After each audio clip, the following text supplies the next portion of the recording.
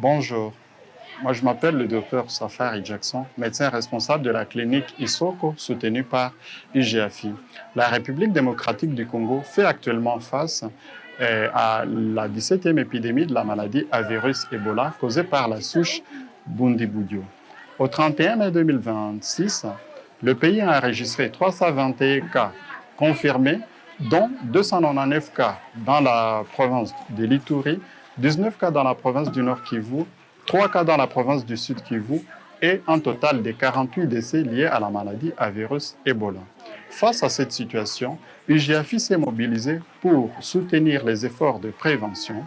En Ituri, nos équipes se sont mobilisées pour la sensibilisation dans les écoles, dans les communautés, afin de promouvoir les efforts de prévention et réduire le risque de propagation de la maladie à virus Ebola.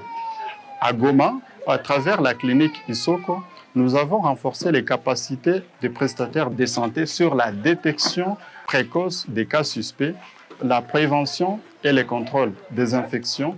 Nous avons aussi également distribué des dispositifs de lavage des mains. Nous assurons aussi l'approvisionnement en eau potable au sein des structures scolaires et des communautés environnantes.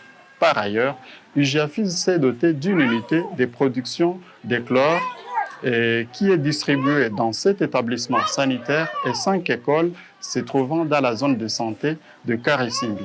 Cependant, notre principal défi demeure l'insuffisance des moyens logistiques, l'insuffisance des financements pour renforcer les capacités des prestataires de soins, pour améliorer l'accès aux services d'hygiène et d'assainissement, pour l'éducation des enseignants, des leaders communautaires, des leaders religieux, ainsi aussi que élargir l'accès à l'eau potable, au chlore et aux dispositifs de lavage des mains. Notre expérience a montré qu'il ne suffit pas seulement de traiter la maladie à virus Ebola, mais pour stopper la maladie à virus Ebola, il faut aussi gagner la confiance de la communauté, lui doter des moyens nécessaires pour se protéger.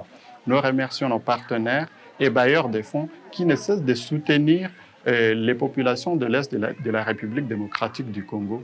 Merci.